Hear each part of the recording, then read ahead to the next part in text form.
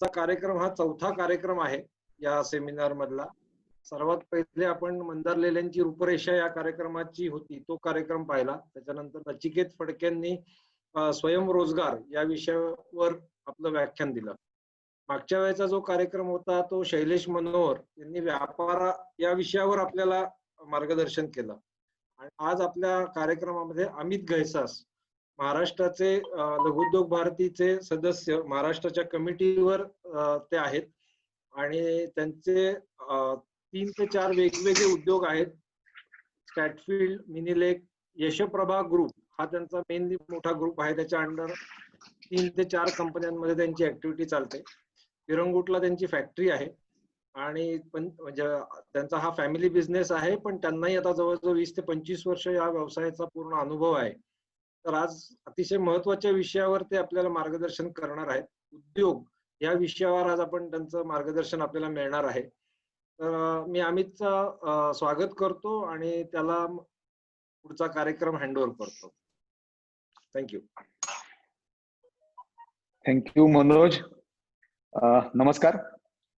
मनोजनी सांगितल्याप्रमाणे खरं म्हणजे मार्गदर्शन वगैरे असं नाहीये. माझ्या मते आपला हा लघुउद्योग भारतीचा सगळाच कार्यक्रम ही एक चर्चासत्रमाला आहे. म्हणजे मी व्याख्यानमाला पण म्हणणार नाही. बोलणारे सगळेजण काही त्याच्यावर थोडासा अभ्यास करून काही मुद्दे सांगणार आहेत हे बरोबर आहे, पण समोरच्या सगळ्या लोकांच्या असलेल्या प्रश्नोत्तरामधनं त्याचा खरं जास्त परिपक्वता त्याची तयार होणार आहे. ही जी आपली चर्चासत्रमाला आहे त्याच्यामध्ये त्याची सुरुवात ही कदाचित मी असं म्हणेन की ज्या दिवशी माननीय पंतप्रधानांनी आत्मनिर्भर भारतचे आवाहन केलं त्या दिवशी लघुउद्योग भारतीला एक चांगला मार्ग त्याच्यामध्ये दिसला. कारण उद्योजकता विकास हा लघुउद्योग भारतीच्या मूळ उद्देशांमध्ये असलेला उद्देश आहे. त्यामुळे जेव्हा हे आवाहन पंतप्रधानांनी केलं आणि मग समर्थ भारत पुनर्बांधणी योजनेच्या अंतर्गत ज्यांना कदाचित उद्योग करण्याची इच्छा आहे किंवा ज्यांचे आता काही उद्योग आहेत आणि ज्यांना त्याच्यात काही अजून वृद्धी करण्याची इच्छा आहे अशा लोकांसाठीचे म्हणून काही कार्यक्रम सुरू झाले. त्याच्यामध्ये लघुउद्योग भारतीला हा एक लघुउद्योग भारतीचं जे निश आहे, लघुउद्योग भारतीला करणारा जो विषय आहे त्याची एक ओपनिंग तिथे दिसलं. आता चौथा कार्यक्रम आहे, पण तसा टेक्निकली या सत्रातला हा तिसरं सत्र आहे.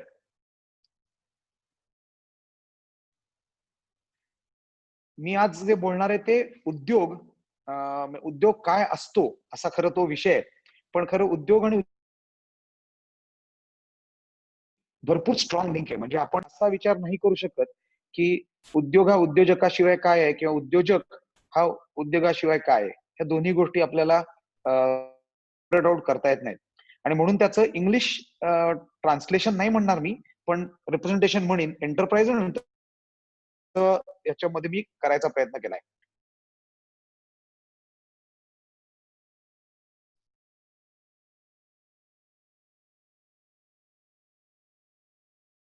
एक मिनिट.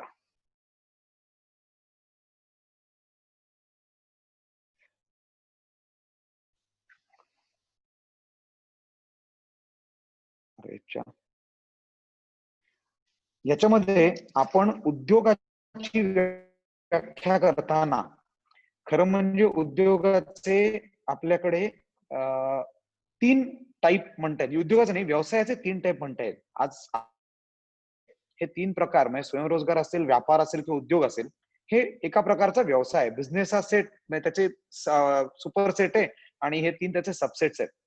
तिन्ही मध्ये बऱ्याच काही गोष्टी कॉमन आहेत. आणि स्पेसिफिकली जेव्हा तुम्ही ज्यांनी नचिकेत फडक्यांचं पहिलं स्वयंरोजगारावरचं लेक्चर ऐकलं असेल तर त्यांनी 7 बिझनेस फंक्शन सांगितली होती. Sales, marketing, operations, HR, finance आणि R&D. आणि या 6ला गव्हर्न करणारं मॅनेजमेंट.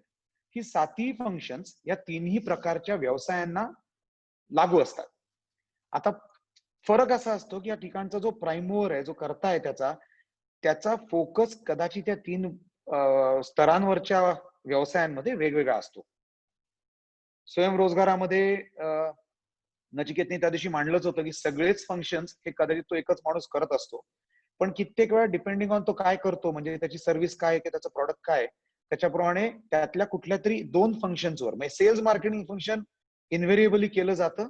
आणि मग डिपेंडिंग ऑन तो काय करतोय, सर्व्हिस असेल तर ऑपरेशन्स असतील, HR टाईपच्या ऍक्टिव्हिटीज त्याला करायला लागत नसतील, फायनान्स ऍक्टिव्हिटी सपोर्टिंग म्हणून थोडीफार करायला लागत असेल, अशा टाईपच्या ऍक्टिव्हिटीज स्वयंरोजगारात असतात. व्यापाराची जेवढी व्याप्ती असेल त्याच्याप्रमाणे त्यातली सर्व functions equally important, equally prominent असतात की नाही असं ठरतं. म्हणजे तुमच्याकडे केवढी मोठी टीम आहे याच्यावर तुम्हाला HR लागणार का ऍज अ फंक्शन, म्हणजे ऍक्टिव्ह फंक्शन लागणार का, असा प्रश्न येऊ शकतो. तुम्ही समजा कुठल्या टाईपच्या प्रोडक्ट मध्ये आहात किंवा सर्व्हिस मध्ये आहात त्याच्यावर तुम्हाला R&D वरचा फोकस किती ठेवायला लागणार हा विषय असू शकतो. कुठलंही फंक्शन कमी इम्पॉर्टंट नाहीये, पण कमी प्रायोरिटीचं वेगवेगळ्या ठिकाणी असू शकतं, असं या 3 उद्योगांचं, 3 टाईपच्या व्यवसायांची डेफिनेशन किंवा डिफरन्सिएशन आहे. पण व्यवसाय किंवा बिझनेस बाय डेफिनेशन असं म्हणतो की it is for increasing share holder value. म्हणजे त्याच्यात ज्यांनी कोणी त्याचे स्वतःचे पैसे किंवा त्याच्यात ओनरशिप आहे, त्याच्या ओनरशिपची व्हॅल्यूचं इन्क्रीमेंट, व्हॅल्यू वाढवणं, हे बिझनेसचं काम आहे. म्हणजे प्रॉफिट हा मोटिव्ह असलाच पाहिजे यातल्या कुठल्याही प्रकारच्या उद्योगाचा. हे मी अशासाठी म्हणतोय की आजही आपल्याकडे अजून अशा चर्चा ऐकायला मिळतात की ह्या कुठल्या तरी मोठ्या उद्योजकांनी लोकांची पिळवणूक करून भरपूर प्रॉफिट केला. तर लोकांची पिळवणूक करून प्रॉफिट केला जात नाही, प्रॉफिट साठीच उद्योग केला जातो. पिळवणूक हा ज्यांनी उद्योग केला नाही त्यांनी त्याची केलेली व्याख्या आहे. ही का अशी नसते हे आपण जसा हा सेशन पुढे जाईल तसं समजून घेऊया. आपण बेसिकली उद्योजक म्हणजे उद्योग करायचा असेल तर उद्योजक असणं उपयोगी आहे. ह्याच्यामध्ये ऑन्टरप्रेन्युअरच्या खाली मुद्दाहून मी आमच्या मंदार लेलेंनी केलेले अंतःप्रेरित न त्याची केलेली व्याख्या आहे. पण अतिशय ऍप्ट कुठल्या क्वालिटीज आहेत.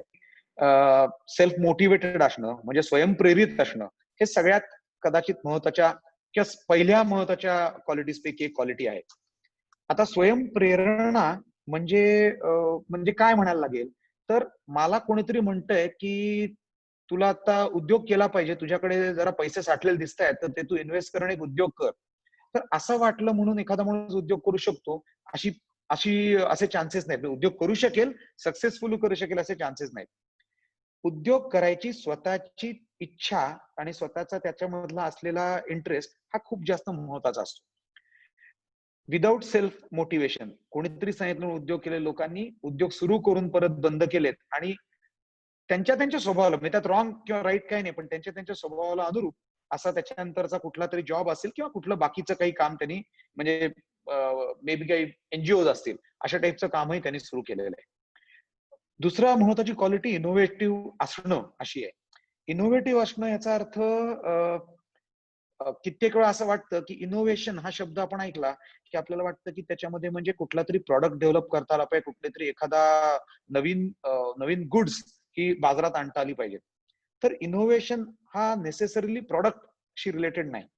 इनोव्हेशन म्हणजे तुम्ही एखादी सर्व्हिस देत असाल तर ती सर्व्हिस द्यायची पद्धत बदलणं आणि खूप जास्त वेगळ्या पद्धतीची लोकांना आकर्षक वाटेल अशी एखादी पद्धत समोर आणणं, हे सुद्धा इनोव्हेशनचं एक मॉडेल असू शकतं. मी मुद्दाम म्हणून यातल्या प्रत्येक गोष्टीत खूप डिटेल बोलत नाही होत, कारण यातले काही हेड्स जे आहेत त्याच्यावर आपल्या या व्याख्यानमालेमध्ये अजून भरपूर डिटेलमध्ये एकेका हेडवर एक लेक्चर असं होण्याची शक्यता आहे. शक्यता म्हणण्यापेक्षा होणार आहेतच, पण यातल्या प्रत्येकाबद्दल नाही, काहींबद्दल होणार आहेत. म्हणून थोडं मी त्याच्यावर, ज्याला मी असं नुसतं ज्याला टच अँड गो म्हणतात त्याच्या पद्धतीने फक्त बोलतो. तिसरी क्वालिटी जी परसेप्टिव्ह असला पाहिजे असं आपण म्हणतो. परसेप्टिव्ह म्हणजे काय, तर आजूबाजूच्या चाललेल्या सिच्युएशन कडे, वातावरणाकडे त्याचं लक्ष असायला हवं आणि त्याच्यातनं त्याला आपल्याला काय करायचंय याची जाणीव करून घेता येण्यासारखे मुद्दे हे दिसले पाहिजेत. आता जाणीव करून घेण्यासारखे म्हणजे काय, तर पुढच्या एका स्लाइड मध्ये डिटेल्स आहेत, पण आज आपण एक उद्योग काहीतरी काम करतोय आणि वातावरण बदलतंय. म्हणजे सगळ्यात चांगली उदाहरणं दिली जातात की मी समजा बिझनेस मध्ये आहे आणि मी साधारणपणे 98-99 साली समजा पेजर्सच्या धंद्यात आहे आणि मी परसेप्टिव्ह नसतील तर मला कळलंच नाही की पेजर हा धंदा इथे काही दिवसातच बंद होणार आणि मोबाईलचे पेजरला ऑब्सोलीट करणार आहेत. आणि असं मॅक्सपेज नावाच्या कंपनीचं झालं असं सगळ्यांना माहिती आहे. सो परसेप्टिव्हनेस इज बेसिकली तुम्ही ओपन असला पाहिजेत, आजूबाजूला काय होतं त्याच्यावरचं लक्ष पाहिजे आणि तुम्हाला त्यातनं महत्वाचे मुद्दे टिपता आले पाहिजे. पण तुम्हाला टिपता आले म्हणून पुरत नाही, तर तुम्ही इमॅजिनेटिव्ह किंवा क्रिएटिव्ह असायला पाहिजे. आता या दोन्हीच्या मध्ये थोडा डिफरन्स आहे. पण तुम्हाला विचार करता आला पाहिजे की आपल्याला काय टाईपची प्रॉडक्ट सर्व्हिस ही बाजारात आता देता येईल, आणि म्हणून इमॅजिनेटिव्ह असायला पाहिजे. आणि काय पद्धतीने त्याचं पॅकेजिंग किंवा त्याचं प्रेझेंटेशन हे आपल्याला मार्केट समोर करता आलं पाहिजे, याच्यासाठी तुमच्याकडे क्रिएटिव्हिटी पाहिजे. म्हणजे या दोन्ही क्वालिटीज जर तुमच्याकडे तुम्ही अंतर्भूत करू शकलात, तर तुमची आयडिया चांगली म्हणजे बाहेरच्या बाजाराला आवश्यक असलेली आणि चांगल्या पद्धतीने त्यांच्यासमोर मांडली जाऊ शकते. पुढची जी एक क्वालिटी धरली आहे त्याच्यामध्ये फ्लेक्झिबल असावं किंवा असलं पाहिजे आणि इंडिपेंडंट असलं पाहिजे. फ्लेक्झिबल आपण इंडिपेंडंट आधी घेऊ. इंडिपेंडंट असलं पाहिजे म्हणजे मी कोणावर तरी यांनी सांगितलंय म्हणून मी करतोय, यांनी असं केलं तर मी करीन. मला जर कोणीतरी गाडी आणून दिली तर मी ट्रक किंवा टेम्पो आणून दिला तर मी माल पोत्याचं काम करीन. असं नसून मला टेम्पो हवा असेल तर तो कुठं आणायचा बघण्यापर्यंत जायची व्यवस्था मला केली पाहिजे. आणि फ्लेक्झिबल असलं पाहिजे की आज मला टेम्पो मिळत नाहीये तर मी स्कूटरवर मागे ठेवून कसा नेईन. ह्या दोन्ही, आता हे मी अगदी रॉ आणि छोटे मुद्दे सांगितले, पण ह्या टाईपची फ्लेक्झिबिलिटी आणि इंडिपेंडन्स असा प्रत्येक एंटरप्रेन्योरनी हा डिस्प्ले करायला पाहिजे, हा त्याच्यामध्ये असला पाहिजे. पुढचा जो एक मुद्दा आहे तो म्हणजे एंटरप्रेन्योर हा पॉझिटिव्ह असला पाहिजे. पॉझिटिव्ह म्हणजे मला जो उद्योग करायचा आहे किंवा मी जो उद्योग करतोय तो मला करता येणार आहे याच्याबद्दलची स्वतःचा कॉन्फिडन्स, स्वतःची पॉझिटिव्हिटी.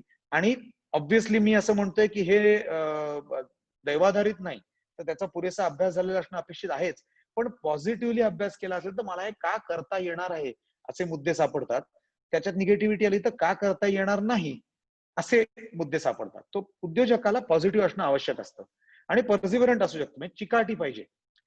तुम्ही सुरू केलं, आज मला वाटलं की मी आज धंदा सुरू करणार आहे, मी जॉब सोडतोय, मी धंदा सुरू करणार आहे, किंवा माझं शिक्षण जस्ट संपलं आणि मी धंदा सुरू करणार आहे आणि मला उद्यापासून पैसे मिळायला लागले पाहिजेत की उद्यापासून माझा बिझनेस सक्सेसफुल झाला पाहिजे. तर असं फारच हातावर मोजक्या लोकांचं होतं.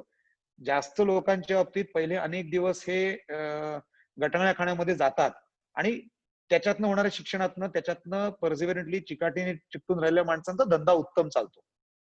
त्यामुळे हे त्याच्यातल्या क्वालिटीज असणं आवश्यक आहे. आणि शेवटी लिहिलीये, पण सेल्फ मोटिवेशनची इतकीच महत्वाची असलेली क्वालिटी आहे ती, तो एंटरप्रेन्योर हा रिस्क टेकर पाहिजे. म्हणजे माझे ऑल कॉर्नर्स कव्हर्ड ज्याला म्हणतं, म्हणजे सर्व गोष्टी नीट कंट्रोलमध्ये आल्या आहेत, आता मी धंदा करीन असं म्हणलं तर तुमच्या ऑपॉर्च्युनिटीज तोपर्यंत निघून जातात. त्यामुळे रिस्क घ्यायची, रिस्क आपल्या अंगावर ओढून घ्यायची ताकद ही काही प्रमाणात आपल्याकडे असणं ही गरजेचं असतं. आता रिस्क म्हणजे नुसती रिस्क नव्हे तर कॅल्क्युलेटेड रिस्क. म्हणजे मी मगाशी म्हटलं तसं अभ्यास केला असेल विषयाचा पुरेसा तर आपल्याला माहिती असतं की यातले हे 70% गोष्टी मला नक्की माहिती आहेत. या 10-15% अशा गोष्टी आहेत की ज्या बहुतांशी माझ्या कंट्रोलमध्ये आहेत. 10-15% गोष्टी अशा आहेत किंवा 5% गोष्टी अशा आहेत की ज्या आता माझ्या कंट्रोलच्या, आज माझ्या कंट्रोलमध्ये आलेल्या नाहीत, पण तेवढी रिस्क मला घेतली पाहिजे. तर आपण एंटरप्रेन्योर हा आजच्या विषयाला धरून सांगायचं तर आपण उद्योजक व्हायचं असेल, आपल्याला उद्योग करायचा असेल तर आपण पहिल्यांदा असं बघितलं पाहिजे की यातल्या कुठल्या गोष्टी आपल्याकडे, यातल्या कुठल्या क्वालिटीज आपल्याकडे आहेत, कुठल्या क्वालिटीज आपल्याकडे प्रॉमिनंटली आहेत. म्हणजे कदाचित सगळ्या असतील पण त्यातल्या ह्या 2 क्वालिटीजवर माझा नक्की, मला माहिती आहे याच्यावर मी एखादी लढाई जिंकून नेऊ शकतो. त्यामुळे ती क्वालिटी असली पाहिजे, असं मला वाटतं. या विषयावर आपण एंटरप्रेन्योर व्हायचं का नाही हे ठरवण्याचा महत्वाचा मुद्दा ठरतो.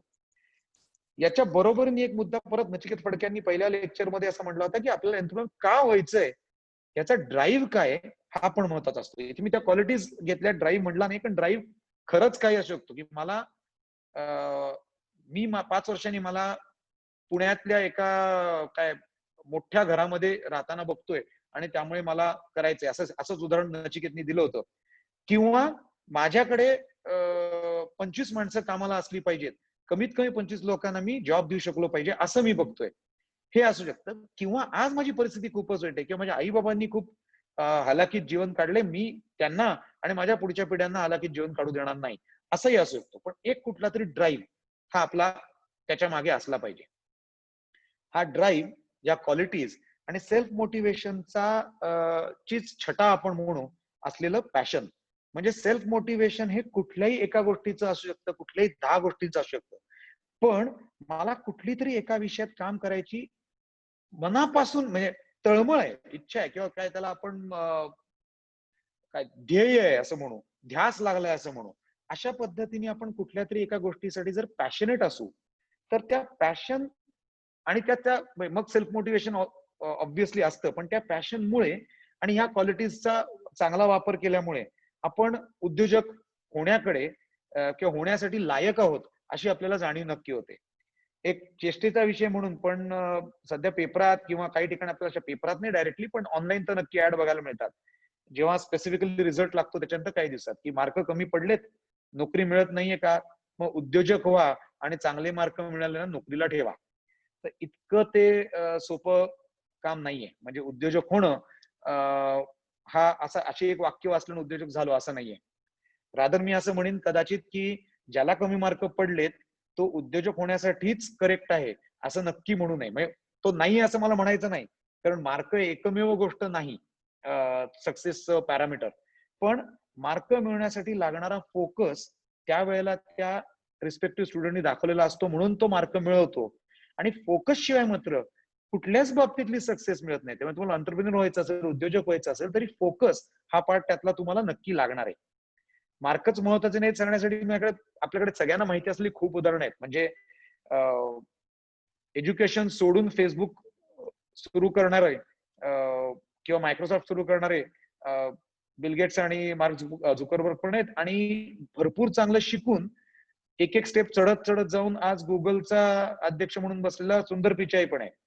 सो तुम्ही अभ्यास किती चांगला करता याच्यामुळे तुम्ही सक्सेसफुल होता की नाही असं जरी कंडिशनल नसलं तरी अभ्यास खूप चांगला करून फोकस खूप चांगला ठेवून वर चढलेले लोक पण दिसतात, आणि पॅशनच्या मागे लागून अभ्यासाच्या बाबतीत खूप मोठी त्यांनी दिवे लावले नसतील तरी असे लोक सुद्धा सक्सेसफुल होताना दिसतात. इथे मी दोन्ही आपल्या आत्ता घेतलेल्या नावांची कुठली लायकी काढत नाहीये, कारण ते दोघही जण अमेरिकेतल्या सगळ्यात नावाजलेल्या कॉलेजचे स्टुडंट असताना कॉलेज एज्युकेशन पूर्ण केलं नाही आणि आपापला धंदा सुरू केला. म्हणजे त्यांची लायकी किंवा त्यांची कुवत ही त्यांनी ऑलरेडी प्रूव्ह केलेली होती, आणि त्यामुळे हा भाग त्याच्यासाठी महत्वाचा असतो. अलॉंग विथ दॅट त्यांची पॅशन आणि त्यांचा focus for whatever they want to do, त्याच्यातनं त्या सक्सेसचे पॅरामीटर्स ठरतात. या सगळ्याच्या बरोबर, आणि कदाचित त्या सगळ्याची इतकंच किंवा त्याच्यावर थोडं जास्त इम्पॉर्टंट म्हणजे उद्योग हा जर आम्ही करून बघतो अशा टाईपचा विषय नाही. तुमचा plan A, plan B, plan C आणि असं करायचं म्हणून उद्योजकच असेल तर सक्सेस ही ऍज गुड ऍज गॅरंटीड आहे. उद्योजकाकडनं उद्योगाकडे आलो आपण, तर यातल्या मगाशी बोललेल्या कित्येक क्वालिटीज आणि आपण जी मगाशी सुरुवात करताना सांगितलेली जी 7 फंक्शन्स आहेत, ती 7 फंक्शन्स ही कशी एकामेकाला पूरक काम करतात असा. म्हणजे एंटरप्रेन्योरशिप म्हणजे काय, तर रिकॉग्निशन ऑफ ऑपॉर्च्युनिटी.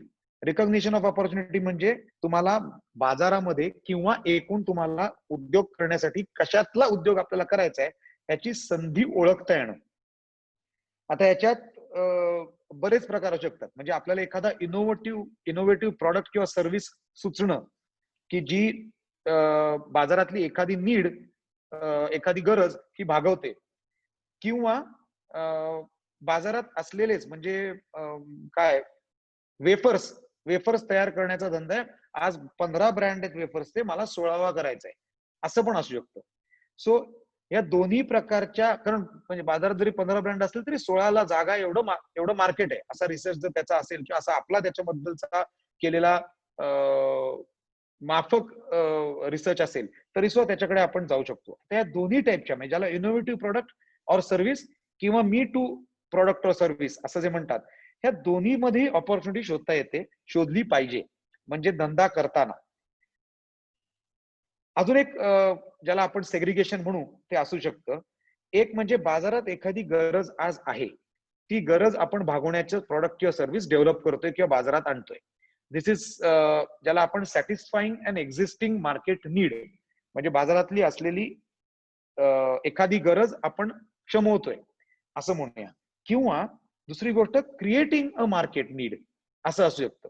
म्हणजे जे आज बाजारात किंवा आज लोकांना असं वाटतच नाहीये की आपल्याला याची गरज आहे, ते इतक्या चांगल्या पद्धतीने, इतक्या प्रभावी पद्धतीने मार्केट समोर आणणं की मार्केटला त्याची गरज वाटायला लागू शकते. यातल्या पहिल्या टाईप मधली उदाहरणं शेकड्यांनी मिळतील. दुसऱ्या टाईप मधली क्रिएटिंग अ मार्केट मधलं आजच्या जगातलं कदाचित सर्वोत्तम उदाहरण ऍपलचं आहे.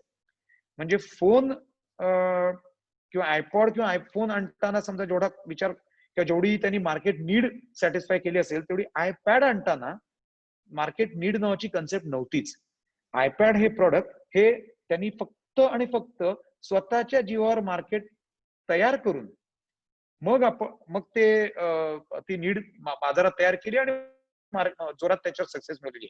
सो आपण हे दोन्ही पद्धती करू शकतो. हे रिकॉग्निशन ऑफ ऑपॉर्च्युनिटी जे आहे ते नेसेसरीली आपलं सेल्स मार्केटिंग फंक्शन ज्याला आपण म्हणतो, स्वयंरोजगार असेल तरी आणि तिथपासून उद्योगापर्यंत यायचं असेल तरी त्याचा पार्ट असतं. म्हणजे तुम्हाला शोधता येणं हे तुमच्या मधली सेल्स मार्केटिंग करण्याची जी काही ट्रेनिंग आहे, जे काही तुमची त्यातली क्वालिटी आहे, जे काही तुमची त्यातली कुवत आहे, ती तुम्हाला हे शोधायला मदत करते. दुसरा विषय येतो तो बिंग इनोव्हेटिव्ह. आता इथे परत म्हटलं तसं it can be a innovative product और सर्व्हिस. आपण जे काही करतोय ते प्रॉडक्ट किंवा ती सर्व्हिस ही इनोव्हेटिव्ह असू शकते. आणि इनोव्हेटिव्ह म्हणजे रॅडिकल इनोव्हेशनची गरज नाही. रॅडिकल म्हणजे अजिबात बाजारात कुठेही काही संबंध नाही आणि तसंच काहीतरी मी आणलं म्हणून मी त्याला इनोव्हेटिव्ह म्हणतो असं नाही. तर बाजारात समजा काय आज आपण असं म्हणू की मॅन्युअल ट्रान्समिशनच्या गाड्या बाजारात आहेत आणि मी आज त्याच्यावर फक्त एक विचार करून ऑटोमॅटिक ट्रान्समिशन किंवा ज्याला आपण आज एएमटी म्हणतो, ऑटोमेटेड मॅन्युअल ट्रान्समिशन, असं आणलं की जी खूप मोठा ड्रॅमॅटिक किंवा रॅडिकल इनोव्हेशन त्याच्यात नाही, पण इनोव्हेटिव्ह प्रोडक्ट आणलाय. तशीच सर्व्हिस पण इनोव्हेटिव्ह असू शकते की जी कालपर्यंत लागत नव्हती. आत्ताच्या कोविडच्या काळात ज्या ज्या भाजीवाल्यांना जागेवर भाजी विकायची, जी टेम्पोत भरून प्रत्येक सोसायटीत देऊन भाजी विकायची आयडिया सुचली, त्याला इनोव्हेटिव्ह सर्व्हिस म्हणता येईल. ती नीड वेगळ्या कारणाने तयार झाली, पण द सर्व्हिस तरी सुद्धा was innovative. So innovative product और इनोव्हेटिव्ह सर्व्हिस तयार बाजारात आणणं असं पण असू शकतं. आणि हे दोन्ही न करता सेम प्रॉडक्ट की जे बाजारात आज आहे, पण एका इनोव्हेटिव्ह बिझनेस मॉडेल बेस ते आणणं. म्हणजे बिझनेसचं मॉडेल वेगळं आहे. कालपर्यंत आम्ही एकटेच भाजी विकत होतो, आता मी एक मोठा ट्रक घेतला. आता हे घडलेलं आहे असं म्हणत नाही, मी एक उदाहरण म्हणून सांगतोय. आणि मी फक्त प्रत्येक सोसायटीतून दिला असं नाही, तर मी वेगळ्या भाजीवाल्यांकडनं तो कलेक्ट पण केला आणि विकला पण. त्यामुळे मला या प्रत्येकाच्या कडनं, म्हणजे विकणाऱ्याकडनं आणि विकत घेणाऱ्याकडनं, दोघांकडनं माझ्या मार्जिनला काहीतरी ऍड करता आलं. This can be considered as a innovative business model. तर हा प्रकार हा सुद्धा आपल्या सेल्स मार्केटिंग फंक्शनचं एक काम.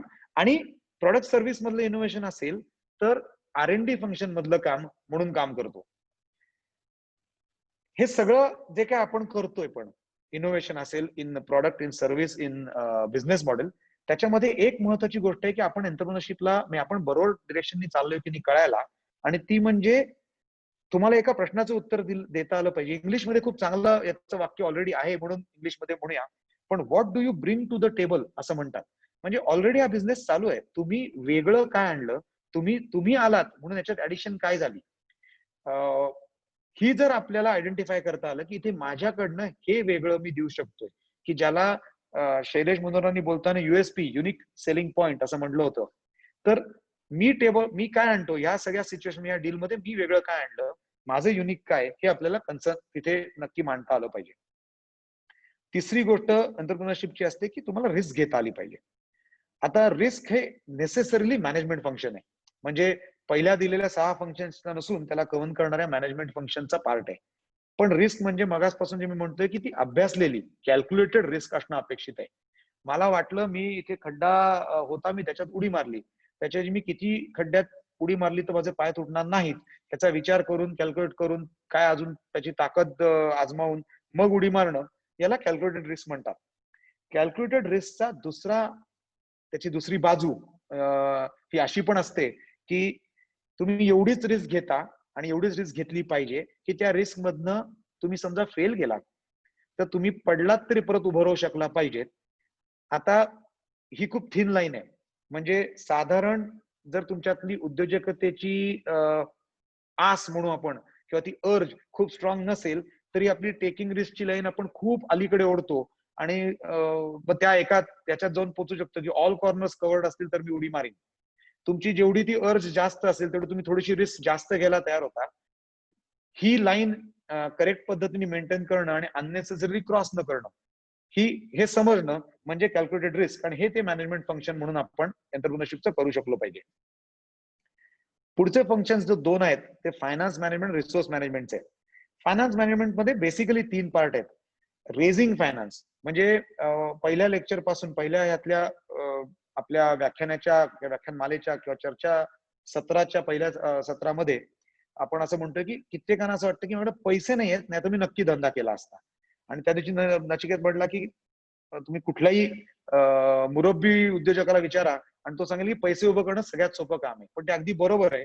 कारण जेव्हा तुम्ही पैसे उभे करत असता तेव्हा तुम्ही जो तुम्हाला पैसे देत असतो, बँक असेल, कुठला इन्व्हेस्टर असेल, तुमचे जवळपासचे लोक असतील, ते लोक हे त्यांचे त्यातले रिटर्न्स कसे आहे त्याचा विचार करत असतात. जवळचे लोक म्हणजे आई वडिलांकडून घेणार असाल तर कदाचित नाही, कारण तिथे तुम्हाला देण्याची बांधिलकी ही आपल्याकडच्या आजच्या फॅमिली कल्चरमध्ये नाही. असली पाहिजे पण नाही. पण बाकी कुठनंही घेणार असाल तर त्याच्यात त्याचे रिटर्न्स हे ते एक्सपेक्ट करत असतात. आणि रिटर्न्स जेव्हा एखादा माणूस एक्सपेक्ट करतो तेव्हा तो तुमचं मॉडेल, तुमचा बिझनेस, त्याची प्रॉफिटेबिलिटी, त्याची सक्सेसचे चान्सेस हे त्याच्या पद्धतीने इव्हॅल्युएट करून मग तुम्हाला पैसे देत असतो. त्यामुळे उलट तुम्हाला पैसे उभे करताना तुमच्या मॉडेल बद्दल, तुमच्या सक्सेस बद्दल जेवढा कॉन्फिडन्स जास्त असेल, जेवढ्या चांगल्या पद्धतीने तुम्हाला ते मांडता येत असेल, तेवढ्या चान्सेस तुम्हाला पैसे उभे करायचे चांगले वाढतात. आणि सहसा तुम्ही चांगला अभ्यास केला असेल आणि तुम्हाला त्याच्यात सक्सेस दिसत असेल विदाउट अनड्यू रिस्क, तर फायनान्स इन्स्टिट्यूट्सना सुद्धा तुमच्याहून जास्त कळतं असं होत नसल्यामुळे त्यांना ते पटवणं तुम्हाला शक्य होतं. त्यामुळे पैसे उभे करणं तेवढंच अवघड नाही. पुढचा भाग महत्वाचा नक्की आहे, म्हणून त्याला मॅनेजिंग फायनान्स असं म्हटलंय. तुमच्याकडे पैसे उभे झाल्यानंतर ते वापरायचे कुठे, कसे, किती आणि कधी हे तुम्हाला कळलं पाहिजे. ज्याला पेपरामध्ये किंवा याच्यामध्ये फिस्कल प्रुडन्स असं म्हणतात. म्हणजे देशाच्या लेवलला किंवा आणखी मोठ्या इकॉनॉमीच्या लेवलला फिस्कल प्रुडन्स म्हणतात. तसं तुमच्याकडे असलेल्या फायनान्सचा उपयोग आपण कसा करणार आहोत, कधी करणार आहोत, किती करणार आहोत, कुठे करणार आहोत याच्याबद्दलचा कंट्रोल ह्याचा मॅनेज करणं म्हणजे फायनान्शियल मॅनेजमेंट. याची तिसरी एक छोटी पायरी आहे ज्याला खरं कदाचित मॅनेजिंग फायनान्स मध्ये म्हणत नाहीत, पण आपल्याकडे अनेक ठिकाणी अकाउंट्स नावाचं डिपार्टमेंट असतं जे फायनान्स पेक्षा वेगळं आहे असं अनेकांना पहिल्यांदा सुचत नाही. पण अकाउंटिंग डिपार्टमेंटचं काम हा केलेला सगळा फायनान्स मॅनेजमेंटचा जो काही प्रकार आहे तो करेक्ट पद्धतीने रेकॉर्ड करणं असं आहे. आणि तेही तितकंच महत्वाचं आहे, कारण तुम्ही चुकताय का चुकत नाही आहात, तुम्ही घेतलेल्या सगळ्या डिसिजन्स मध्ये याचा रिव्ह्यू करायला, हे इव्हॅल्युएट करायला चांगलं केलेलं रेकॉर्डिंग हे खूप महत्वाचं असतं. हे जे तुमचं मॅनेजिंग फायनान्स ऍक्टिव्हिटी आहे, ही जी रिक्वायरमेंट आहे एंटरप्रिनरशिपची, हे पुन्हा एकदा मॅनेजमेंटचं आणि फायनान्स फंक्शनचं फंक्शन आहे. मॅनेजिंग रिसोर्सेस हा जो त्याच्या पुढचं फंक्शन आहे ते डिपेंडिंग ऑन तुम्ही कुठल्या टाईपचा बिझनेस करणार आहात, कुठल्या टाईपचा एंटरप्राइज चालवणार आहात त्याच्यावर ठरेल. म्हणजे तुमचं प्रॉडक्ट असणार असेल तर तुम्हाला त्याचं रॉ मटेरियल, म्हणजे शैलेश मनोरांनी व्यापारामध्ये सुद्धा तुम्ही ज्या कुठल्या प्रॉडक्टचा व्यापार करायचा विचार करताय त्याचं रॉ मटेरियल नक्की कुठनं येते इथपर्यंत तुमची समज असली पाहिजे किंवा त्याचा विचार तुम्ही केला पाहिजे आणि ते चांगलं आहे ना याचं काय याची शाश्वती करून घेतली पाहिजे असं तेव्हा म्हणलं होतं. आणि ते खरं आहे. पण तुम्ही स्वतःच जर प्रोडक्ट म्हणजे तुम्ही जेव्हा तुमचा स्वतःचा उद्योग म्हणून स्पेसिफिकली मॅन्युफॅक्चरिंग उद्योग म्हणून करणार असाल तर नेसेसरीली तुम्हाला बघितलं पाहिजे की तुम्हाला तुमच्या रॉ मटेरियलवर कंट्रोल आहे. तुमची मॅनपॉवर म्हणजे तुमच्याकडे मटेरियल आणून ठेवलं पण आज जो करणारा माझा कारागीर आहे ना तोच पोचला नाही तेव्हा आज मला काम नाही करता येणार असं म्हणायची वेळ आली तर तुम्हाला पुन्हा तुमचं timely management of all resources होत नाहीयेत. म्हणजे रिसोर्सेस म्हणण्यापेक्षा सुद्धा एखादी वस्तू तुम्ही आज तयार करायला घेतली आणि ती उद्या विकायची आहे याच्यासाठी केलेलं जे काही कॉस्टिंग आहे त्याची 3 दिवसांनी विकावी लागली तर तुमचं कॉस्टिंग बदलतं.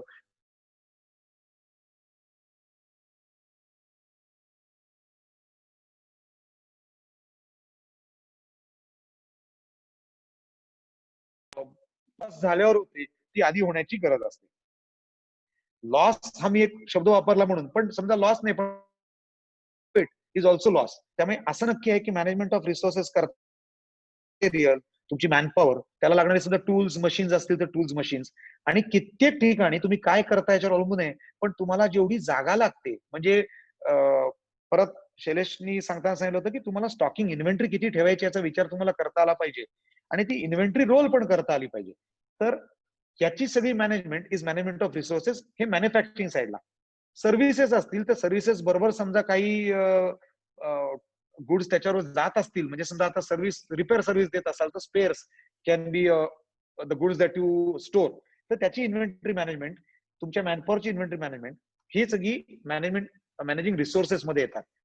याच्या बरोबर तुमचे जे सगळे, ज्याला आपण कॉस्ट म्हणतो, म्हणजे ज्याच्यात अगदी फ्रॉम मार्केटिंग टू तुम्हाला तुमची मॅनपॉवर जी ठेवायची त्याची कॉस्ट, टू तुम्हाला समजा आज इलेक्ट्रिसिटी लागते त्याची त्याची कॉस्ट, त्याचे चार्जेस, हे सगळे ऑप्टिमली मॅनेज करणं त्याला मॅनेजमेंट ऑफ रिसोर्सेस म्हणतात. आणि हे तुमचं ऑपरेशन्स नावाचं जे फंक्शन पहिल्या 6 फंक्शन मधलं होतं त्याचं काम म्हणून समोर येतं. या सगळ्याला म्हणजे आपण मॅनेजिंग फायनान्स, मॅनेजिंग रिसोर्सेस जे म्हणतोय त्यात अगदी बिईंग इनोव्हेटिव्ह पर्यंत एक कॉस्टिंग नावाचं हे इंडिपेंडेंट फंक्शन नाहीये, कारण हे मॅनेजमेंट फंक्शनचा पार्ट आहे. काही ठिकाणी, काही कंपन्यांमध्ये, काही धंद्यांमध्ये तर फायनान्स फंक्शनचा पार्ट म्हणून मानला जातो. पण कॉस्टिंग नावाचं एक महत्वाचं डिपार्टमेंट आहे, महत्वाची ऍक्टिव्हिटी आहे, ज्याच्यामध्ये यातल्या प्रत्येक आता आपण बोललेल्या एकेका कॅरेक्टरिस्टिकची एक कॉस्ट ही तुमच्या प्रॉडक्ट किंवा सर्व्हिसच्या कॉस्टिंगचा एक पार्ट असतो. याचं नीट काय त्याची अट्रिब्युशन ऑफ दॅट हेड, तेवढी कॉस्ट त्या हेडच्या अंडर घालून त्याचा पाय चार्ट तयार करणं कॉस्टचा, असं कॉस्टिंगचं एक महत्वाचं मॅनेजमेंट फंक्शन आहे. आणि जेव्हा मगाशी म्हणलं तसं, जेव्हा तुम्ही एखाद्या स्वयंरोजगारातनं किंवा छोट्या प्रमाणावर चालू असलेल्या वैयक्तिक चालवलेल्या व्यापारातनं एखाद्या एंटरप्राइज कडे पोहोचता, तेव्हा तुमचा जो प्राईम आहे, तुम्ही स्वतः जे प्राईम मूव्हर म्हणून त्याचे आहात, स्वतः त्याचे करते आहात, त्याच्या सगळ्यात महत्वाच्या फंक्शन्स मध्ये एक फंक्शन येतं ते म्हणजे HR. आणि HR म्हणजे ह्युमन रिसोर्स मॅनेजमेंट असं मी ते खाली मुद्दाम लिहिलं नाही, पण ह्युमन रिसोर्सचं काम खरं काय आहे तर राईट माणूस राईट ठिकाणी काम करायला देणे किंवा राईट माणसाला राईट काम करायला देणे, हे तुमचं खरं काम आहे. सगळी कामं स्वतः करीन, मला सगळं कळतं म्हणून, किंवा मी समोरचा करतो त्याच्यात मी जास्त चांगलं करेन असं मला वाटतं म्हणून ते मीच मॅनेज करीन, तर उद्योग वाढवताना हे करता येत नाही. सगळीकडे मॅनेजमेंट लेक्चर्स मध्ये डेलिगेशन नावाचा एक आवडता शब्द वापरला जातो, पण तो महत्वाचा शब्द आहे. जेव्हा तुम्ही तुमचं कामाचे एवढे सगळे फंक्शन्स हे करेक्ट माणसांच्या हातात देता, तेव्हा तुमचा धंदा वाढायला वाव होतो. पण तुम्हीच केलं पाहिजे, म्हणजे त्यातलं जे मॅनेजमेंट फंक्शन मधले जे काही एलिमेंट्स तुम्हालाच केले पाहिजे ते करण्यासाठी तुम्ही मोकळे होता. त्यामुळे HR हा एक अजून एक महत्वाचा, जसा तुमचा पसारा वाढेल, जास्त लोक तुमच्याकडे असतील तेवढा तुमचा धंदा पण वाढेल, अशी अशी क्लीन लाईन याच्यामध्ये आहे. त्याच्यात ऑफकोर्स याच्यात सुद्धा मेजरमेंट आणि काय रिस्क टेकिंग इथली सुद्धा आहे की तुम्ही नुसतीच माणसं वाढवत नाहीत ना, धंदा न घेताय बघणं. पण हे केल्याशिवाय या टाईपचं आपलं काम 4 लोकांमध्ये वाटल्याशिवाय आणि 4 लोकांचं काम किंवा 4 लोकांकडनं काम करून घेणं जमल्याशिवाय आपण आपल्या स्वयंरोजगारातून उद्योगापर्यंत पोहोचत नाही. HRच्या फंक्शन मधलं अजून एक महत्वाचं फंक्शन असं आहे की मगाशी जे म्हटलं मी, राईट माणसाला राईट जॉब, तो राईट माणूस कोण हे शोधणं किंवा हे समजणं आणि याचं आयडेंटिफिकेशन करता येणं, ही एक महत्वाची क्वालिटी, ही आपल्याला स्वयंरोजगाराकडनं उद्योगाकडे न्यायला मदत करते. आता शेवटचा जो पार्ट आहे तो एंटरप्रेन्योरशिपचा सगळ्यात महत्वाचा पार्ट आहे. तुम्ही जे काही करताय, तुम्हाला जे काही करायचं, ऍपलला आयपॅड करावंसं वाटलं, ऍपलने आयपॅड करताना त्यांना त्याची किंमत मे बी $300 अशी ठेवावीशी वाटली. $300 ही अमेरिकन कॉमन मॅन साठी प्रचंड मोठा आकडा आहे. आता ऍपलनी त्याचं मार्केटिंग किंवा त्याचं पोझिशनिंग असं केलं होतं की त्यांनी त्याला एक ऍस्पिरेशनल प्रॉडक्ट असं म्हणलं होतं, म्हणजे मला आयपॅड घेता आला पाहिजे असं वाटणं, आणि आयपॅड मी घेतला तर आय हॅव रिच, तर मी काहीतरी अचीव्ह केलंय असं एखाद्याला वाटणं किंवा वाटवणं, इथपर्यंत ऍपलनी केलं होतं. पण म्हणजे ऍपलनी काय केलं तर ऍपलनी घेणाऱ्याच्या मनात असे तयार केलं की मी हे घेतलंय समजा आयपॅड, त्याचा मला नक्की उपयोग काय मला अजून कळायचंय, पण मी घेतलंय म्हणजे मी काहीतरी मिळवलंय, म्हणजे मला काहीतरी व्हॅल्यू मिळाली. तर ही क्रिएटिंग व्हॅल्यू ही सगळ्यात महत्वाची एंटरप्रेन्योरशिपची एक कळीचा मुद्दा आहे. आता व्हॅल्यू म्हणजे काय? व्हॅल्यू म्हणजे कॉस्ट नाही. तुम्हाला एक ड्रम तुम्ही ड्रम मॅन्युफॅक्चर करता आणि ऑइल करणाऱ्या कंपन्यांना विकता. तर ड्रमचा स्टीलचा ड्रम आहे, त्यामुळे त्याच्या स्टीलच्या वजनाप्रमाणे त्याची किंमत, त्याची मटेरियलची काहीतरी किंमत येईल. आणि तो रोल करायला लागणारा किंवा वेल्डिंग करत असाल तर, स्पिनिंग करत असाल तर त्या प्रोसेसची कॉस्ट ही या दोन मिळून समजा कॉस्ट झाली, बेसिक कॉस्ट. आणि मग तुम्ही त्याच्यावर लावलेले इलेक्ट्रिसिटी, बाकी सगळे ओव्हरहेड, हे सगळं मिळून झाली तुमची कॉस्ट. तुम्ही अशी कॉस्ट काढली 100 रुपये आणि त्यामुळे तुम्ही ठरवलं विकायचं 120 ला, आणि त्यामुळे तुमचा प्रॉफिट झाला 20 रुपये, असं पण एक ढोबळ मनाने समजा मांडलं, तर या तिन्ही व्हॅल्यूज 100, 120 किंवा 20 म्हणजे व्हॅल्यू नाही. तर तुम्ही 120 ला विकताय तेव्हा समोरच्याला असं वाटलं पाहिजे की मी याच्यातनं 121 रुपये हे वाचवलेत, तरच तो तुमच्याकडनं 100 किंवा 121 रुपयाची गोष्ट मी आज खरं म्हणजे याच्या अगेन्स्ट ट्रेड ऑफ मध्ये घेतलीये, तर तुम्हाला तो 120 रुपयाला त्याची व्हॅल्यू देतो. त्यामुळे जेव्हा आपण एखाद्याच्या मनात त्याची व्हॅल्यू तयार करतो, की आज एक चांगलं उदाहरण आमच्या एका बैठकीत चर्चेला आलं होतं, की मी समजा परीक्षेला बसलोय आणि माझ्या पेनातली शाई संपली आहे. लक्षात नाही आलं परीक्षेला जाताना शाई कमी आहे किंवा ड्राय झाली आहे काही आणि संपली आहे, आणि मला पेपर लिहिता येत नाही. शेजारच्याकडे 2 पेन आहेत, दिसतायत. मी त्याला पेन मागितलं आणि पेनची किंमत 15 रुपये आहे. तो मला म्हणाला 50 रुपये दे, तर देतो. तर मी कदाचित त्या दिवशी 50 रुपये देऊन ते पेन घेईन सुद्धा, कारण मला परीक्षा लिहिता आली पाहिजे. माझ्यासाठी त्या दिवशी पेनाची व्हॅल्यू 50 नाही, कदाचित 500. त्याच्याच उलट पण आहे, की समजा माझ्याकडेच 10 पेन आहेत आणि तो मला, त्याला असं वाटत होतं की मी 2-4 पेन एक्स्ट्रा देऊन तुम्ही कोणाच्या तरी गळ्यात एक पेन भरल्याने 50 रुपये मिळतील. तो मला कितीही 50 रुपयाच्या ऐवजी 40 रुपयाला आला, 15 रुपयाला आला, तरी कदाचित मी घेणार नाही, कारण मला त्याची गरज नाही. सो माझी गरज कशी शमली जाते त्याच्यावर मला त्याची व्हॅल्यू कळते. आणि व्हॅल्यू जर आपण एखाद्या कुठल्याही आपल्या उद्योगामधनं जनरेट करू शकलो नाही, तर आपण हा उद्योग किंवा हे एंटरप्राइज चालवूच शकत नाही. त्यामुळे creating value makes the enterprise run, असं मानलं जातं. त्यामुळे तुम्ही समोरच्याच्या मनात तुमच्या प्रोडक्टसाठी, तुमच्या सर्व्हिससाठी व्हॅल्यू तयार करणं, याच्यात सगळी जी 6 फंक्शन्स आपण म्हणलं ती सगळी कामी येतात. आणि ती सगळी काम करून जेव्हा तुम्ही याच्यावर व्हॅल्यू तयार करता, तेव्हा तुमचा धंदा हा तुम्ही सक्सेसफुली करता असं होतं. त्यामुळे उद्योग करायचा तर पहिल्यांदा असं लक्षात ठेवलं पाहिजे की आपल्याला व्हॅल्यू क्रिएशन याला पोचायचं आहे.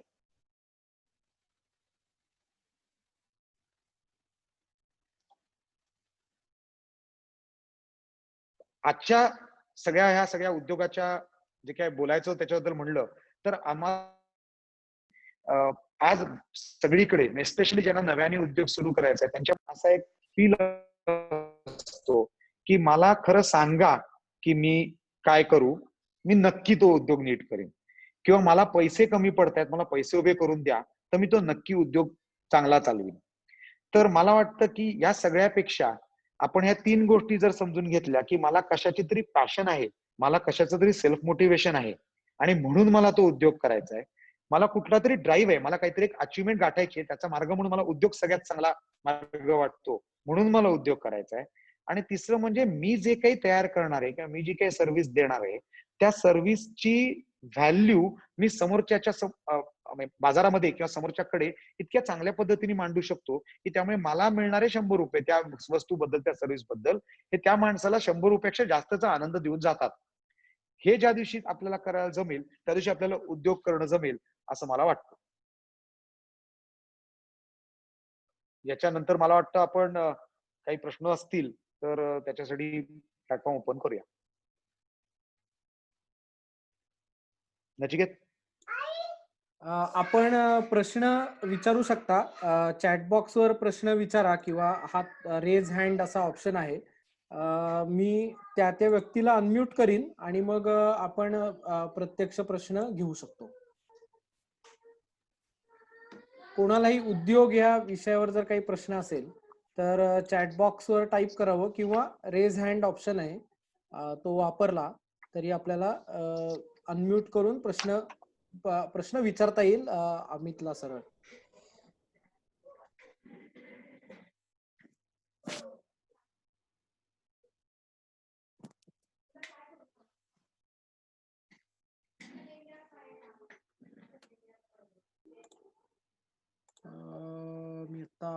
काही जण बघतोय, एकच मिनिट. मंदार नी हात वर एकच मिनिट. हा कोणाला प्रश्न नाहीत म्हणजे नाही, either फेसबुक सगळेच वरनं प्रश्न एक सुटलेत प्रश्न की फेसबुक वरनं एक प्रश्न पोस्ट झालाय. नितीन गोडबोलेंचा प्रश्न आहे, how do you look at current scenario of market opportunities after Covid? If a person has to start new business, is it right time? याचं उत्तर मी खरं असं देईन की कुठलाही टाइम हा राईट बिझनेस साठी राईट टाइम असू शकतो. आता कोविड नंतर मला धंदा सुरू करायचा आहे आणि मला असं वाटतंय की मला टुरिझम मधला धंदा सुरू करायचा आहे, तर मे be the worst time to start a tourism business today असं नक्की ठरेल. पण मला समजा मेडिकल इक्विपमेंटचा धंदा सुरू करायचा आहे आणि माझ्याकडे त्याची सगळ्याची टेक्नॉलॉजी आहे, तर कोविड नंतरचा time specifically related to respiratory diseases असं म्हणू किंवा हॉस्पिटल फर्निचर म्हणू, तर मे बी तो सगळ्यात चांगला टाइम असू शकतो. त्यामुळे डिपेंडिंग ऑन किंवा सर्व्हिस सुद्धा, म्हणजे मगाशी सांगितलेली भाज्यांचं उदाहरण परफेक्ट आहे की लोकांनी बाहेर जायच्या ऐवजी त्यांना घरपोच वस्तू मिळणं याची आज कोविडमुळे गरज तयार झाली आहे. तर समजा आपण असं धरलं की मी घरपोच वस्तू पोहोचवण्याचा धंदा सुरू करतोय, काही नाही, एक टेम्पो आहे माझ्याकडे म्हणून, तर आज कदाचित त्याची सगळ्यात चांगली संधी आहे. तो कुठला धंदा करतो हा आजच्या मार्केटसाठी selection will be more important, time वाईट आहे असं मी म्हणणार नाही. ते हेनरी फोर्डची एक गोष्ट सांगतात की परवानगी असेल तर सांगतो. बोल की हेनरी फोर्डला एका पत्रकाराने विचारलं की what is crux of your success. त्याला हेनरी फोर्ड म्हणला की jumping on right opportunity at right time. त्याला परत पत्रकाराने विचारलं की राईट अपॉर्च्युनिटी कोणती आणि राईट टाइम कोणता. तर हेनरी फोर्ड म्हणला, it is simpler, keep on jumping. One time would be right and the opportunity would also be right. So keep on jumping on every opportunity. So no time is good or no time is bad for business, depending on what you do business. Correct, absolutely. Rahul तांबेंचा प्रश्न आहे, sir मी manufacturing business start करायचं बघतोय, पण मला cells आणि marketing कुठल्या वेळी करायचं हे कळत नाही. वेल, मॅन्युफॅक्चरिंग बिझनेसचे मी म्हटलं तसं 2-3 टाईप आहेत. मॅन्युफॅक्चरिंग बिझनेस मध्ये तुम्ही स्वतःचं प्रॉडक्ट डेव्हलप करण्यापासून सुरू करू शकता की काय आज मला समजा काय शूज मॅन्युफॅक्चर करायचे, आता शूज वेगळे काहीतरी करायचे, नेहमीपेक्षा काहीतरी स्पोर्टला पळण्यासाठीचे shoes, running shoes specifically manufacture करायचे, तर तुमची R&D विल बी इम्पॉर्टंट. आणि मॅन्युफॅक्चरिंग बिझनेस पेक्षा तुमचा जर प्रॉडक्ट म्हणून स्वतःच तयार करत असाल तर त्यातलं sales marketing would be the most important issue. खरं तर मी असं म्हणेन सेल्स मार्केटिंग आज सगळ्यासाठीच महत्वाचं झालंय, कारण तुम्ही जरी बाजारात ऑलरेडी असलेल्या प्रोडक्ट सारखा, म्हणजे कोणाच्या तरी एखाद्या मेन प्रोडक्टचे OEM सप्लायर म्हणून व्हायचा प्रयत्न करताल, तर तुम्ही OEM सप्लायर का झाला पाहिजे आणि दुसरा कोणीतरी का नाही हे पोहोचवण्याचं, हे त्या रिस्पेक्टिव्ह माणसाला पोहोचवण्याचं काम सेल्स मार्केटिंग करतं. सेल्स मार्केटिंग कसं करावं असं खरं आजच्या दिवसाचा तो विषय नाहीये. ह्याच्यावर आपला मार्केटिंग फंक्शनवर नेसेसरीली आणि नक्की आपले एक लेक्चर होणार आहे. पण मी एवढंच म्हणेन की आपल्या प्रत्येकाच्या प्रॉडक्टचा किंवा सर्व्हिसचा एक USP, एक वेगळेपणा शोधणं आणि मग ते घेऊन जे जे आज मार्ग अवेलेबल आहेत, म्हणजे डिजिटल मार्केटिंग असेल, फेस टू फेस मीटिंग असेल, एक्झिबिशन्स असतील, कोविड नंतर मे बी नाही काही दिवस होणार, पण एक्झिबिशन्स असतील, या सर्व किंवा ऍडव्हर्टिजमेंट असतील, या सर्व पद्धतीने आपल्या प्रपोज्ड कस्टमर सेगमेंट पर्यंत ते पोहोचवणं. पण मार्केटिंग करण्यासाठी सगळ्यात इम्पॉर्टंट हा तुमच्या धंद्याचं वेगळेपण, युनिकपणा तुम्हाला सापडणं किंवा तो ठरवून त्याच्यात इन्कॉर्पोरेट करता येणं, ही आजची गरज नक्की आहे. मी उत्तर दिलं असेल तर तसं सांगा, नाही तर मे be I can try again. बरोबर आहे अमित, तू म्हटलास तसं की पहिल्यांदा आपल्याला हे नक्की जाणीव झाली होती की सेल्स आणि मार्केटिंग बद्दल बऱ्याच जणांमध्ये मिसकन्सेप्शन आहेत किंवा अजून माहितीची गरज आहे, आणि तो सेमिनार आपण नक्की घेणार आहोत. तर मी तांबेजींना विनंती करेन की तुम्ही नक्की तो वेबिनार अटेंड करा. आपली ही वेळ नक्की आहे, दर शनिवारी 4:30 ते 5:30 हीच मीटिंग. त्यामुळे आपण नक्की त्या वेबिनारला अटेंड होऊ शकता आणि पुढे अंडरस्टँड करू शकता. मनोज, तुला काही प्रश्न आहे? मी अनम्यूट केलंय तुला, तू विचारू शकता. अमित, मला असं विचारायचं आहे की आत्ताची जी परिस्थिती निर्माण झाली आहे, ज्याच्यामध्ये बऱ्याच लोकांचे जॉब जाण्याची शक्यता आहे, काही किंवा काही लोकांचे जॉब गेलेले आहेत, आणि मग बऱ्याच लोकांना असं वाटतं की मी पटकन एखादा उद्योग करावा. तर आता तू पहिल्या तुझ्या प्रेझेंटेशन मध्ये याची गाईडलाईन दिलीच, पण मी नवीन नोकरी शोधणं जास्त श्रेयस्कर आहे आता, का मी नवीन उद्योग करावा? आणि उद्योग करावा असं जर माझ्या मनात येत असेल तर मी नक्की कुठला अप्रोच ठेवावा? म्हणजे तू म्हटलंस तसं पैसे आहेत म्हणून उद्योग किंवा उद्योग आहे म्हणून उद्योग नाही, तर मला खरंच असं वाटतं मी करावा, तर मी काय बेसिक स्टेप आधी फॉलो केल्या पाहिजेत थोड्याशा, की मी उद्योग करायला आता केपेबल आहे का नाही, करू शकतो की नाही? तर याविषयी तू काय सांगशील? मी असं म्हणेन की आत्ता म्हणजे याचे दोन क्लिअर भाग आहेत. कोविड सारख्या कुठल्याच सिच्युएशन मध्ये जेव्हा इकॉनॉमिक डाऊनटर्न येतो, म्हणजे आत्ताचा इकॉनॉमिक डाऊनटर्न हा कदाचित सगळे इकॉनॉमिस्ट म्हणतात की व्ही टाईप रिकव्हरी, म्हणजे एकदम फास्ट इकॉनॉमिक रिकव्हरी होण्याची शक्यता असलेला आहे, कारण तो एका स्पेसिफिक गोष्टीमुळे आला होता, म्हणजे पॅन्डेमिकमुळे आलेला होता. पण तरी अशा सिनारिओमध्ये जेव्हा जॉब जातात तेव्हा दोन टाईपचे लोक त्याच्यात सफर होतात. एक असा असतो की त्याचा जॉब गेला असतो आणि तेव्हा त्याला रोजच्या इन्कमची, म्हणजे रोजचं घर चालवण्याची इन्कमची सुद्धा कदाचित वांदे झालेले असतात. अशा माणसांना मी खरं म्हणजे असं सजेस्ट करणार नाही की त्यांनी काही स्पेशल मोठा किंवा ज्याच्यामध्ये त्याच्यात जरा जास्त आपल्याला प्रोडक्ट म्हणा सर्व्हिस म्हणा असं काहीतरी डेव्हलप करून द्यायचं आहे, अशा टाईपच्या उद्योगात पडू नये. एक महत्वाचं कारण म्हणजे कित्येक वेळा उद्योगाचे पहिले काही दिवस हे घरी पैसे द्यायचे असतात किंवा असतातच असं नाही. उलट तेव्हा कित्येक वेळा असं असतं की तुमचे सर्व खर्च गेल्यानंतर बाकी सगळ्यांचं हे सगळ्या गरजा शमवल्यानंतर तुम्ही उरलेलं घरी घेऊन जाऊ शकता. जिथे मी असं म्हणेन की थोडं म्हणजे मला जॉब आज गेलाय पण माझ्याकडे काही दिवसांचा सस्टेनन्स आहे, अशा माणसाने नक्की धंद्याकडचा विचार करायला हरकत नाही. धंदा करणं हा पैसे मिळवण्याचा एक मार्ग म्हणून फक्त धंद्याकडे बघून करत असतो किंवा कदाचित जास्त पैसे मिळवण्याचा मार्ग म्हणून करत असू तर मात्र मी ते रेकमेंड करणार नाही. कारण पैसे मिळणं हे एक वॉश ऑफ इफेक्ट आहे. म्हणजे तुम्हाला धंदा करायचा, मी म्हणलं तर पहिल्यांदा म्हणलं तर plan A to plan Z, मला धंदाच करायचा आहे असं ज्याला वाटतं त्याला धंदा खूप नक्की चांगला करता येतो आणि मग पैसे मिळतात. म्हणजे पहिले काही दिवस मिळणार नाहीत कदाचित, पण नंतर नक्की मिळतात. पण पैसे मिळवतात आणि नोकरीपेक्षा जास्त पैसे मिळतील म्हणून मी धंदा करतो, की आज नोकरी नाही म्हणून मी धंदा करतो. तर मला धंदा ते एक जे what do you bring to the table, हे जर आपण उत्तर शकलो की मी हा धंदा का करणार आहे आणि मी हा धंदा करायला जास्त लायक काय आजूबाजूच्या 10 लोकांपेक्षा, ह्याचं उत्तर मिळालं तर आपण धंदा करण्यासाठीचा धंद्यामध्ये उडी मारावी असं मी रेकमेंड करेन. बरोबर. पुढचा प्रश्न आहे, what do you feel, Aniruddha Mahuli यांचा प्रश्न आहे, what do you feel getting ISO certification is a support to business, adds value or just a formality? परत दोन क्लिअर टाइप्स आहेत त्याच्यामध्ये. कित्येक म्हणजे काही गव्हर्नमेंट, कित्येक म्हणत नाही पण काही गव्हर्नमेंट किंवा काही प्रायव्हेट सुद्धा मोठ्या OEMs मध्ये तुम्हाला वेंडर हवा असेल तर म्हणजे तुम्हाला त्यांचं वेंडर व्हायचं असेल तर तुमच्याकडे ISO किंवा सम सॉर्ट ऑफ सर्टिफिकेट वेगवेगळे आहेत, त्यातलं one of it is ISO certification असा कंडिशन असते.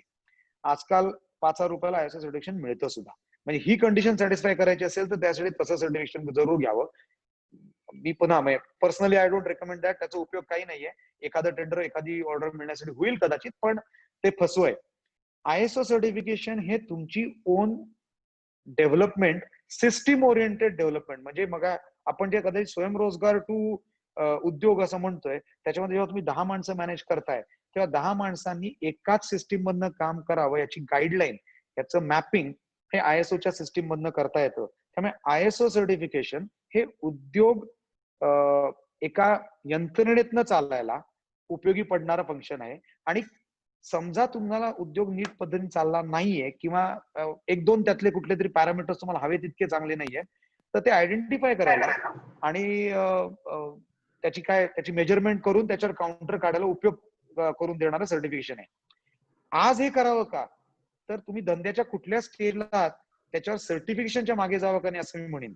पण ISOचं मॅन्युअल किंवा ISO सर्टिफिकेशनला लागणाऱ्या ज्या काही प्रोसेसेस आहेत त्या आपण आपल्या धंद्यामध्ये सर्टिफिकेट न घेता सुद्धा व्हेरेवर पॉसिबल इन्कल्केट कराव्या असं मी म्हणेन. बरोबर.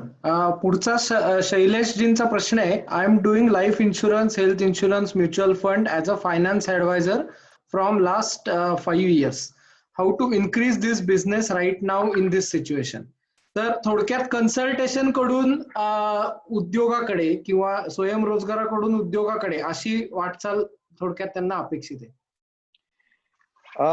म्हणजे माझा कन्सल्टिंग मधला अनुभव नाही, पण मी एवढंच असं म्हणेन आता की कन्सल्टंट जेव्हा कुठल्याही विषयावर कन्सल्टिंग करत असतो तेव्हा त्याची म्हणजे हा परवाच्या लेक्चरमध्ये पण आलेला मुद्दा होता आहे, पण कन्सल्टंटची क्रेडिबिलिटी, कन्सल्टंटचा मार्केट रेफरन्स, कन्सल्टंटची हिस्ट्री, ज्या विषयात कन्सल्टिंग करणार आहे त्याची, याची प्रचंड जास्त व्हॅल्यू आहे.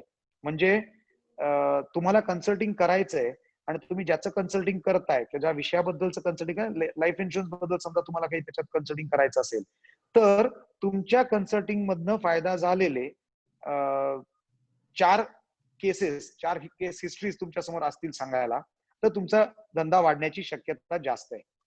याचा दुसरा पार्ट नक्की आहे की जो कित्येक वेळा ब्रोकर्स वापरतात किंवा त्यांच्याकडे हे इन्व्हेरिएबल चालतं, मला इन्शुरन्स मध्ये पण हे चालतं असं माहितीये, मला हे नाहीये त्याची 100% माहिती नाहीये, पण तुमचे सब ब्रोकर सारखे तुम्ही एकटे करायचे, तुम्ही 10 लोकांना, म्हणजे तुम्ही जे काही काम कराल त्याला तुमच्याकडचं ट्रेनिंग किंवा तुमच्या नंबरवर त्यांनी ते ट्रेडिंग करावं आणि त्याच्या प्रत्येक ऍक्टिव्हिटी मधनं तुम्हाला काही बेनिफिट घ्यावा आणि त्यांनी काय घ्यावा, तुमचे काही बेनिफिट्स त्यांनी घ्यावे, त्याच्या कामाचा काही बेनिफिट तुम्ही घ्यावा, असं कॉम्बिनेशन करून नचिकेत म्हणला तसं कदाचित स्वयंरोजगाराकडनं उद्योगाकडे जाऊन या टाईपच्या धंद्याचा विस्तार करता येऊ शकेल असं मला वाटतं. पण मी म्हटलं तर ह्याची, मी माझा मॅन्युफॅक्चरिंग मध्ये धंदा आहे, तर मी कन्सल्टिंग बद्दल खूप अधिकारवाणीने बोलत नाही, पण this is probably how it will work. बरोबर.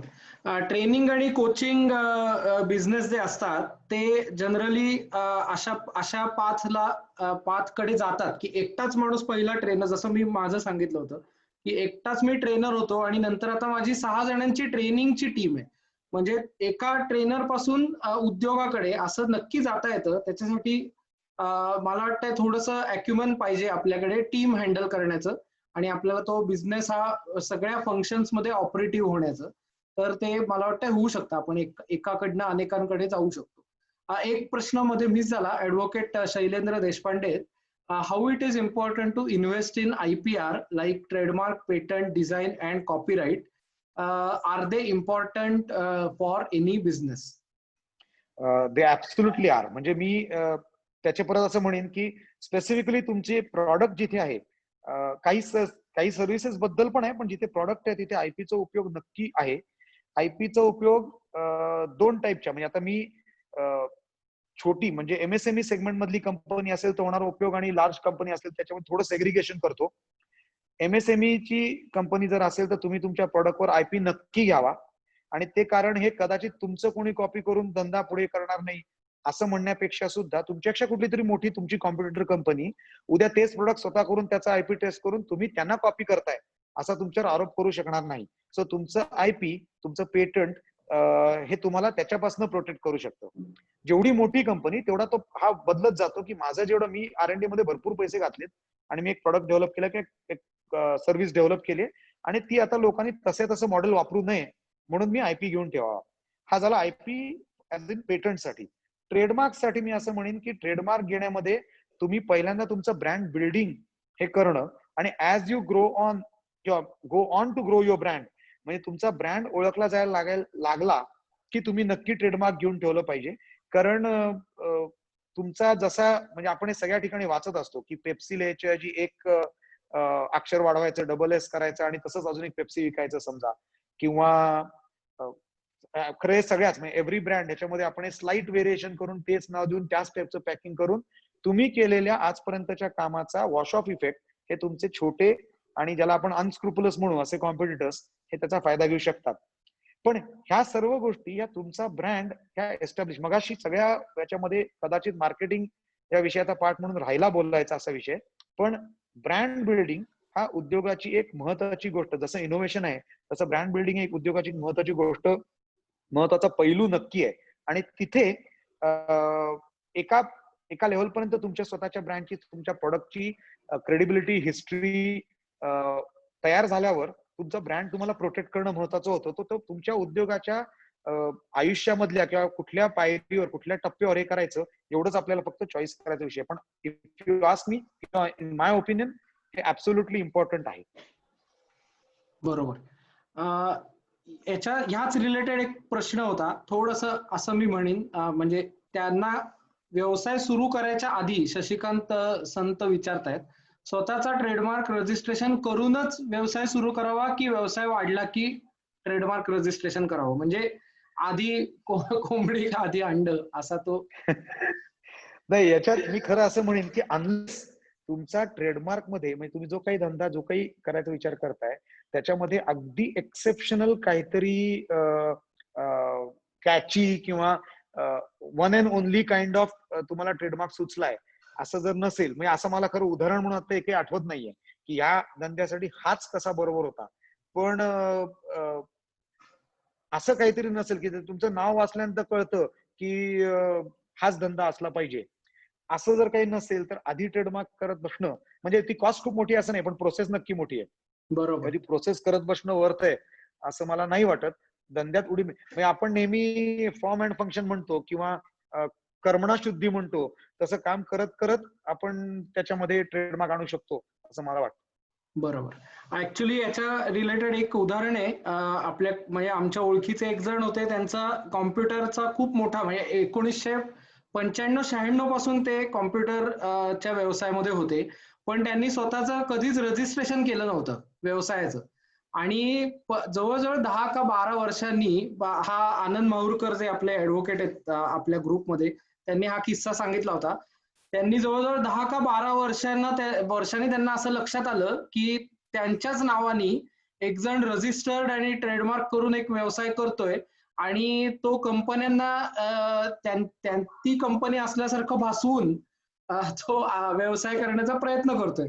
आणि मग त्यांना नंतर लक्षात आलं, मग त्यांना ती बिलं सबमिट करावी लागली की आम्ही आधीपासून होतो, आणि मग तो सगळा एक प्रकारचा डोक्याला तसं म्हणता येईल असा ताप झाला त्यांना.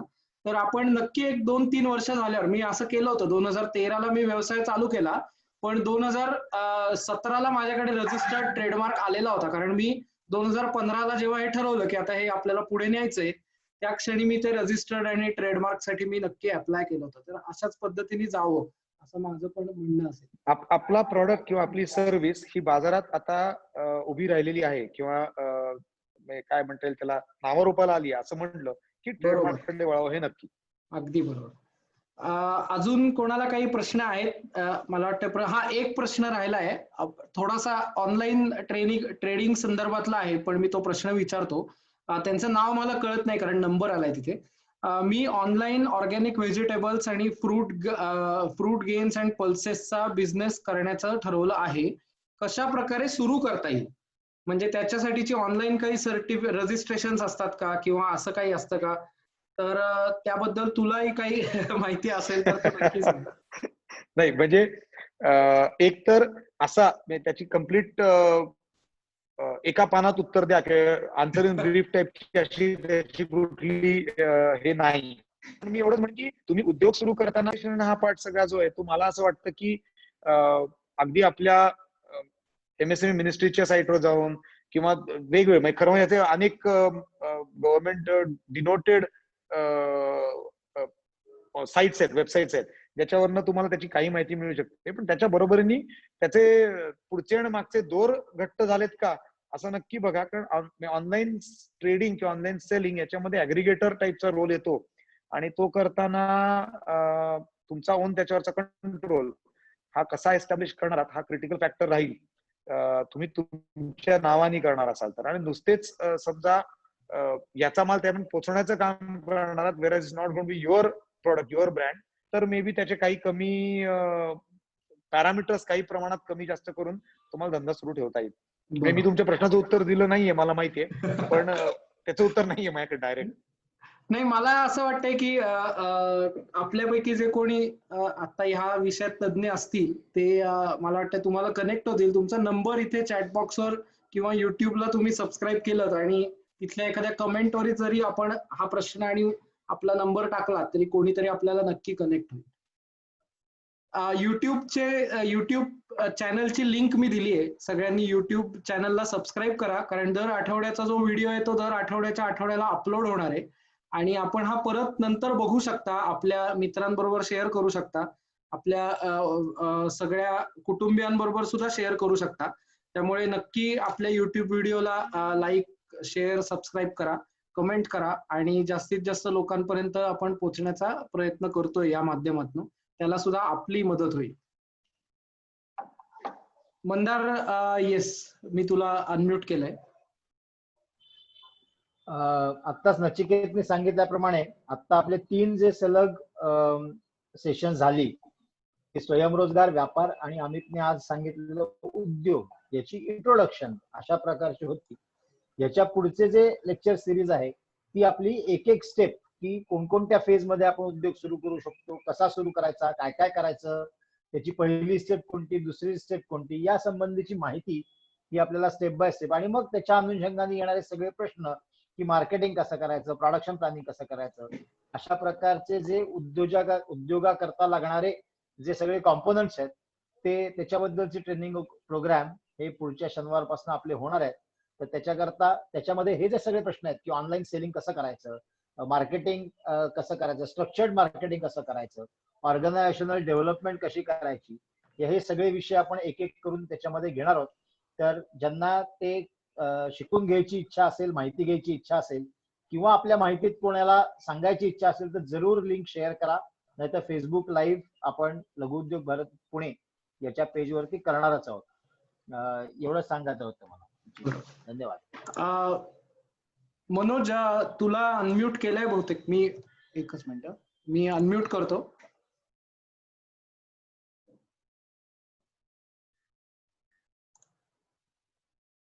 मनोज, मी तुला अनम्यूट केलंय. येस.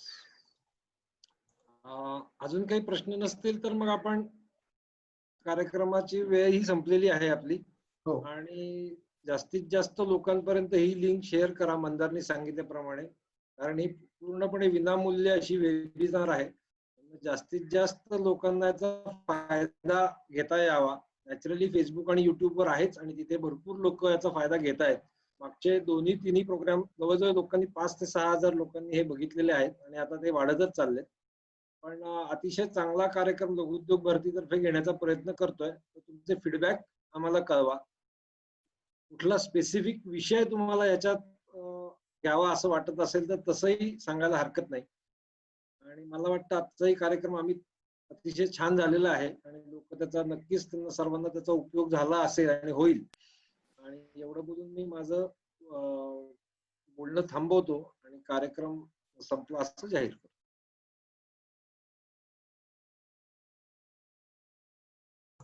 आपापले व्हिडिओ ऑन करून काही अजूनही प्रश्न असतील तर बोलायला हरकत नाही. मी अनम्यूट करतो सगळ्यांना.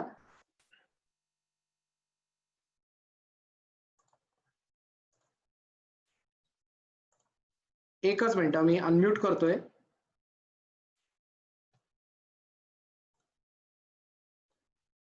आता आपण अनम्यूट करू शकता आपले आपण आणि काही बोलायचं असेल तर बोलू शकता. ऑनलाईन बंद करा आता. हो हो हो हो, बंद एवढं बस. मस्त आला अमित कार्यक्रम. आभारी. गुरुजी